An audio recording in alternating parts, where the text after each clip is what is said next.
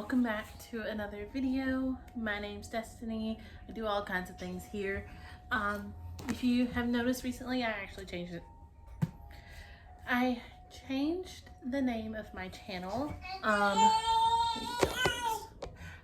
so I changed the name of my channel, and yeah, I share so much on here besides books that I wanted something that reflected that. So here we are. If you're curious about my shirt, it is from Lithographs. It is A Court of Thorn and Roses. And it's actually the entire book.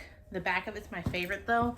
It has wings. Like, it has the wings. It's amazing. It's my favorite shirt. Yeah. Just wanted to show that off in this video. But anyway, so today I thought we would discuss the second installment of the Diviner series, which is Lair of Dreams by Lip of Ray. Took me about 3 weeks, but I listened to this. I finally finished listening to this. I'm sorry if you hear the tree frog. She woke up from her nap, but I finished listening to this and absolutely loved it. I'm giving it 4 stars. These are so chunky and so well researched. So if you've never heard of this series before, this is about Evie O'Neill. Evie gets into some trouble back home in Zenith, Ohio, and ends up having to go to New York to live with her uncle. And in the last book, so this is spoiler filled, just FYI, if you clicked on this video just wanting a review of the series, I'm not doing that. It will have spoilers in it, so click away now if you don't want the spoilers. But in the first book, we meet Evie, we meet Memphis, we meet Theta, we meet Henry and Mabel and Jericho. There's 6. And they end up fighting John Hobbs, who turns out to be a serial killing ghost. At the end of that book, we kind of get a hint to this one about dreams. And in this book, it kind of doesn't really follow Evie as much. She's not the main focus of this one. Henry is. So this deals with something's causing a sleeping sickness where these people fall asleep at night and the next morning they won't wake up. Nothing anyone does, nothing a doctor does or anything will wake these people up. And then they start dying. They start getting red with welts on their skin that looks like they're burning up from the inside, and they die in their sleep. It starts off in the Chinese neighborhood, and slowly spreads. The American government at this time thinks it's a Chinese sickness, so they start quarantining them and about to send them to quarantine camps, because they believe that it's a Chinese sickness and that if they quarantine them off into these camps, it won't spread. Little do they know, it starts to spread anyways. Our characters end up running into another ghost, and that's kind of how this goes. One thing I do love about this series, especially the audiobooks, is that it sings the little songs to you. The audiobooks are so atmospheric. If you have picked up the Diviners or this one and just could not get into it and could not get it through, give the audiobook a chance, because it sings the creepy little songs to you. Anytime a character is mentioned singing in here, the narrator actually sings. It's so good and entertaining. It's like watching a TV show without having a picture in front of you. I can understand why people would crowd around the radio to listen to the radio before the TV was a thing, because audiobooks are that way. This audiobook in particular. I love the fact that we got to meet Louis for a little while there. I will say I cried when I finally figured out and made blatantly obvious that Louis is dead, and that Henry's father had him killed. It broke my heart for Henry. I do have to say that I love the fact that we kind of got a hint that Henry is getting a new love interest. In that when he left the Follies, he goes back to the radio station and asks the boy, hey, do you know anybody who's looking for a rehearsal pianist, because I'm without a job. I left the Follies. And he goes, and they basically make plans to meet up later. I absolutely love that. I love that we got to see more of Theta's power because it's alluded to in the first book, but we don't really get to see it. In this one, we really do. We get to know more about Theta, what happened to Theta. I do think it that the cliffhanger in this one was better than the Diviners. The fact that Theta gets a note that says, "For Betty, I found you," makes me go, who found you? I thought Roy died.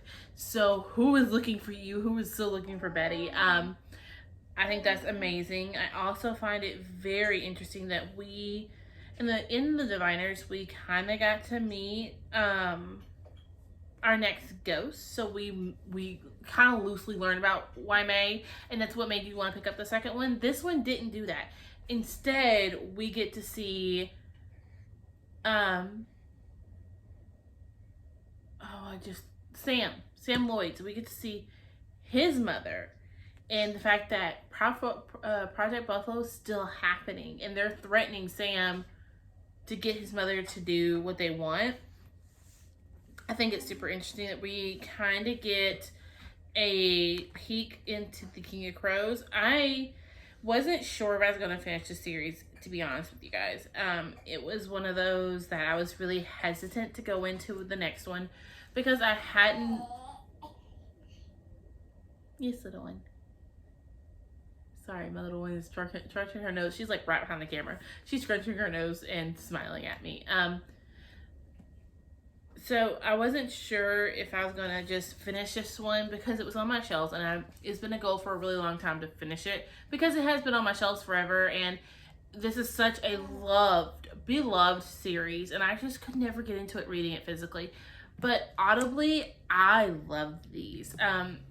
The audiobook is so good that I am going to go back and physically read them because I feel like I've missed some stuff, and there's a few places like I missed that I wanted to annotate and just didn't get a chance to because I was listening to it while doing dishes or folding laundry or something I couldn't stop right in the middle and write, or driving. I did listen to some of this driving. So I absolutely love this though. The next one is The Devil Will Break You, I believe. Something about the devil and breaking. I have it on hold from the library for the audiobook. I would like to have a physical copy of it. I've not seen if my library has it or not. I'm hoping they do. But yeah, I love this series. I do want to say that I don't care for Evie as a main character. To me, she is very, very selfish, and it's not gotten any better. Hey mama. I don't care for Evie as a main character, as I was saying before I got a phone call. She to me is very self-centered. And I was hoping that this found family she has with Jericho and all of them would help her round out more. It really isn't. The love triangle between her, Jericho, and Sam, I feel like it's forced. It's not like a Cassandra Clare where it's evident that Evie loves both of them and that she's truly struggling. This is more of a, well, Sam likes Evie, Jericho likes Evie, Evie is for Evie. And she's using the stress and she's using the two of them and liking them as a distraction from what she really needs to be dealing with. I don't really care for Evie. I won't lie. I don't like Evie at all. I love Theta and Henry. I find them very genuine characters. If this story had followed them, or even Sam, and not Evie, I think I would like it more and could physically read it over it following Evie. But that's just kind of my own opinion. Mabel, I wish she wasn't so two-dimensional. I feel like Mabel does not get enough care. She doesn't really get enough page time to me. I wish we got to see more of Mabel, maybe even chapters from her point of view. That would be awesome. This book is multi-POV. because you do get some from Jericho's point of view, you get some from Sam. Theta and Henry obviously get their own point of view. And then you get the point of view from Evie. This one thing that this novel did that the first one didn't is the cultural aspects of the Chinese. So we get to meet a new character, Ling. Ling is a dreamwalker like Henry, so she and Henry are paired up for most of this book to troubleshoot. I'm tired. I've been filling out too many applications. For them to figure out what's going on and how to fix it. The ghost turns out to be a Chinese immigrant who was taken advantage of. She was told she was coming over here to have a husband and to have a life. And really she was brought over here to be a concubine. And so she ends up murdering the two men who brought her over here, and then gets walled up in a subway station. And that's how she died. And that's why she became what she did. The cultural aspects were so interesting. The fact that it happens during Chinese New Year.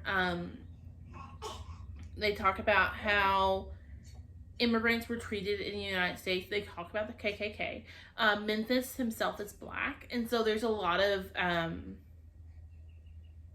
correlation between him and Ling, and like him and Ling share this little look that Evie doesn't understand. It just goes right over her head, but it hit my heart because it was like they understand that what discrimination is and why Memphis couldn't take Theta to a normal speakeasy that she would go to because she is white and he is black. I absolutely loved it, and I love that the eugenics movement is in this as well, because Will worked for the government trying to find diviners and trying to figure out how to best use them for the political machine. And the eugenics people step in and go, no immigrants, no blacks, no, none of this, only white diviners. They are the only ones that matter. And Will, it kind of shows in the letters that they read of Will trying to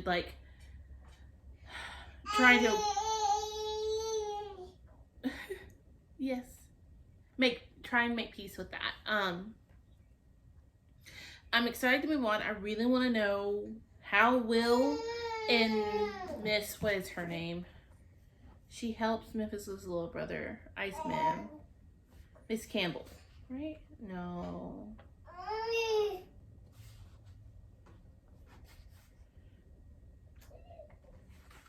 Hold on.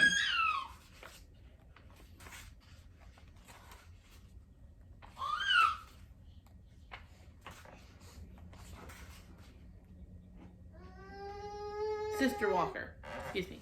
So I love how it's like Sister Walker and Will walk in, and Sister Walker's like, Will, they're all here at last. And it's like, okay, so now we're going to find out what Will knows, maybe who the King of Crows is, why all these ghosts are just like popping up randomly. This really did solidify this series as a series for me.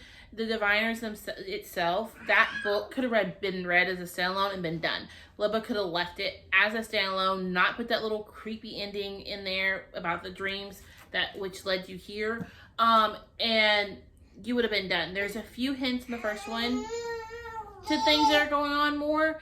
Memphis's dream, Theta's dream, but all of it could have been left. The baby is enjoying the fact that she knows she has a voice.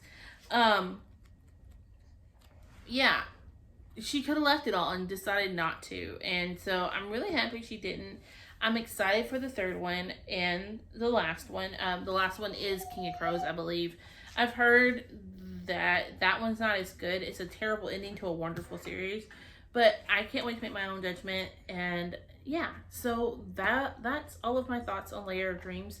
I am giving it 4 stars because I truly enjoyed this audiobook. It's a 20-hour audiobook. It took me a little bit to go through, but absolutely loved it. Yeah, so I will catch y'all on my next one. If you like book reviews, I have a couple. I'll list a few. I'll leave it on the screen of a couple that I have done. There has been like 3 in the last couple weeks, so please check out one of those. I will see y'all on my next one. Bye, guys.